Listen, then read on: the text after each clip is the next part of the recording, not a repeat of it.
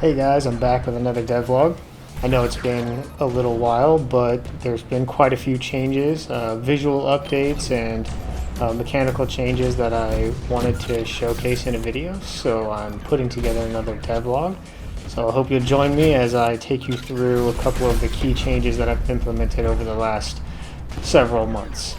There's no real way to cover it all, so these are really just going to be some highlights of some of the more important things that I think have made it into the project.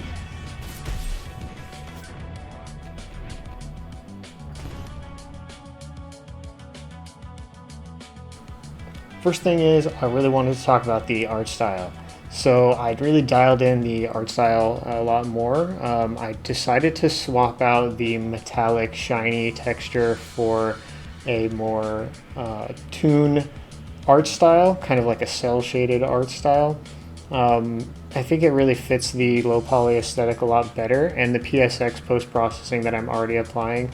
I like the shiny finish, but I think that would look better in a more realistic game. So to achieve this effect, you simply have to set your diffuse and specular selects to be toon. It's pretty simple. Just set them to toon and then make sure your roughness and metallic are set to 0.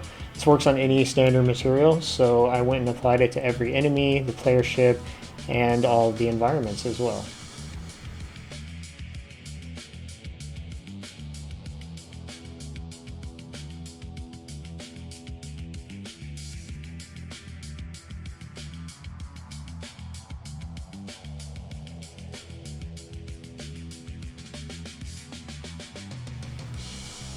A couple of the things that I really like about this style of shading is that you get these really bright white shiny spots contrasted with these very dark nearly black shadows in some places, so it kind of gives it a very comic booky look to it, very stylized look, which I think really fits the low poly aesthetic again a little bit better than trying to go with more realism.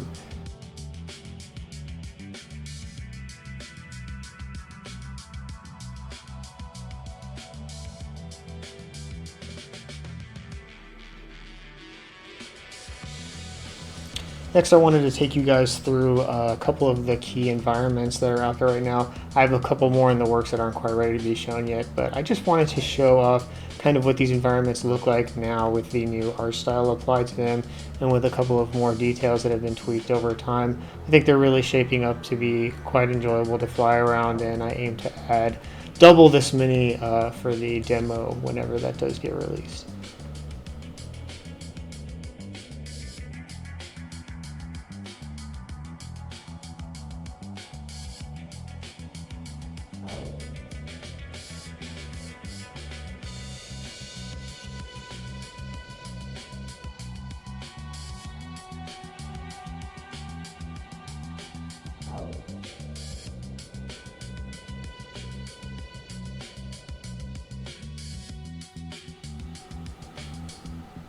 One addition that I'm remarkably proud of would be the mouse follow mode that I implemented to kind of give mouse and keyboard players a bit better options as far as how to control the ship.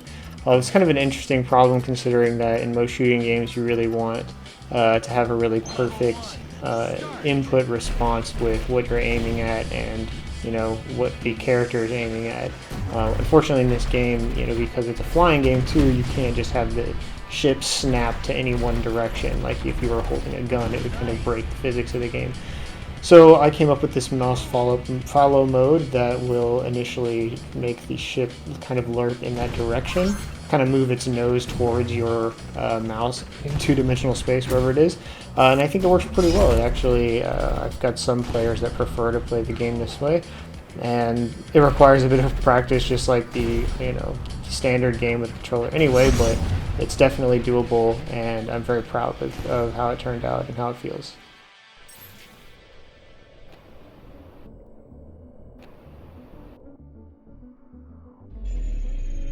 And this would be the Relic shop. So I created a Relic shop level just by taking the Moonbase skybox, the skybox for my Moonbase level, and flipping it upside down so that now you're on top of the planet instead of under the planet, which actually made it look like a whole new level, which was pretty great. But I really just added this frigates that I found on Sketchfab for free, and then I bought a small like $2 scene. I think it was from Sketchfab, but anyway, I bought a small scene of a hangar and just kind of slapped it on the side, added some lights and a few other things, and this also free robotic arm that I found that came with a nice little animation. That's probably placeholder and it'll get replaced by cooler looking robotic arms.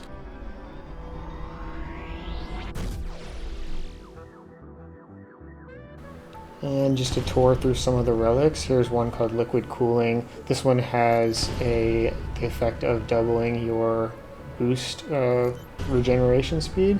So you can see here without it, it takes almost 4 seconds before you can boost again. So it allows you to boost twice as often. This one is Afterburners, also boost, so this one will allow you to boost infinitely if you take any kind of health damage, activated by hitting the ground there, but it's particularly good for getting away from large amounts of enemies firing at you if you happen to take health damage. This next one's relatively simple, the Neo Magnet, but it doubles your pickup range, so just the attraction range on all of the special shot ammo pickups is doubled. Might be a bit harder to see here that without it I had to get much closer, but here's another view of the default distance that you have to be at a minimum to pick up the special shot pickups, and then with the Neo Magnet that's doubled. So this is what it looks like with the Neo Magnet. As you can tell, you can be much farther away. I think by default the ship has like 450-ish range across most of the weapons, so this gets you near max range to pick up special shot ammo. Now the sniper scope will increase your range. Speaking of range, it'll double your range in all aspects. So you can see here as I fire like the homing shot and the bomb, they take much longer to detonate. So this means you can track enemies from way farther away. This also works with primary fire. It also it increases the distance at which you can lock onto enemies, so it really doubles your effective range in every way.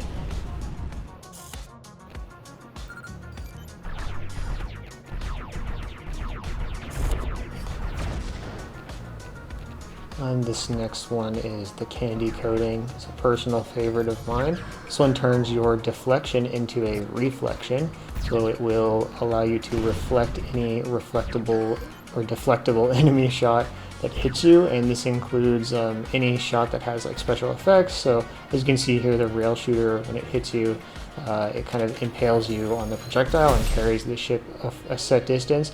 You can deflect this as well, and it will launch the enemy as it impales himself on his own shot.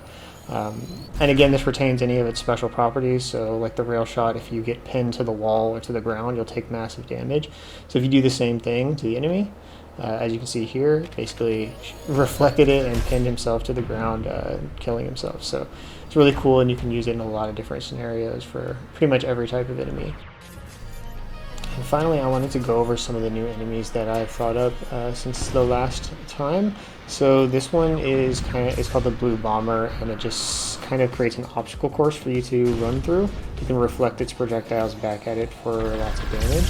Then another one here called the Gatling enemy, that's kind of like a rotating minigun enemy. While it's rotating, you can't shoot it, or essentially it will deflect all shots. So you can still shoot it with special shots, but as you can see here, lasers will just bounce right off.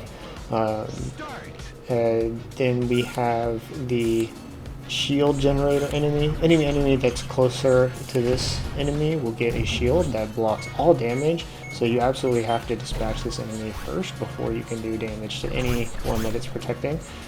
So this one kind of adds an extra layer of strategy to how you engage with certain enemy formations. And next I created a kind of medium and harder version of the basic white flyer enemy. So these yellow ones are the intermediate difficulty ones. They fire 3 consecutive shots instead of just 1.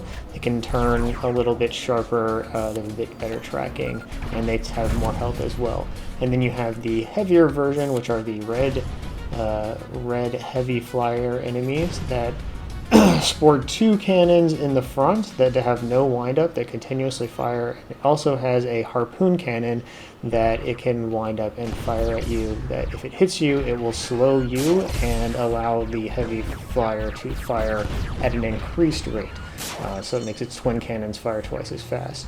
You can also reflect this back at the enemy using the candy coating, which is kind of cool. You can slow a heavy flyer if you happen to have that relic. But this enemy has a much more health, does a lot more damage, and is a lot more deadly, obviously. So it's a bit more of an elite, if you want to call it that.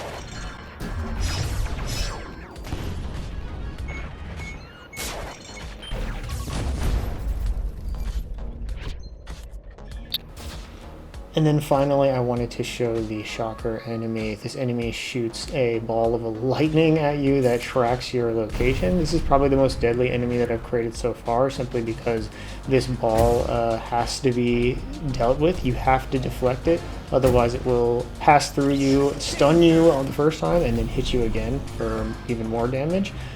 This also can be reflected at the enemy.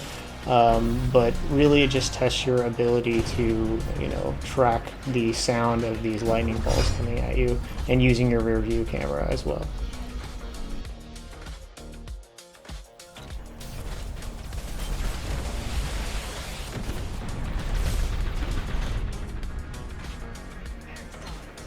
And that's it for now. Just wanted to show you guys a few of the updates that I've made in the last couple of months. I'm hoping to still hit my release window in December. If you've been following me since my first devlog, I mentioned that I was going to be looking for a job soon. I did start a new job, so that is definitely contributing, taking away a lot of time that I would have normally put towards working on this game. But I'm still very committed to hitting the December release and hope to have a more polished arcade mode with a working, finished boss fight, and better points usage, like better economy, I guess I would say, in the next couple months. So stay tuned, and thank you for following me. If you've made it this far, drop me a like, comment, subscribe if you're not, if you're willing to see how far I can take this thing. And if you just want to see how the game does, I'll surely make more videos in the future. So thanks again, and I'll see you around.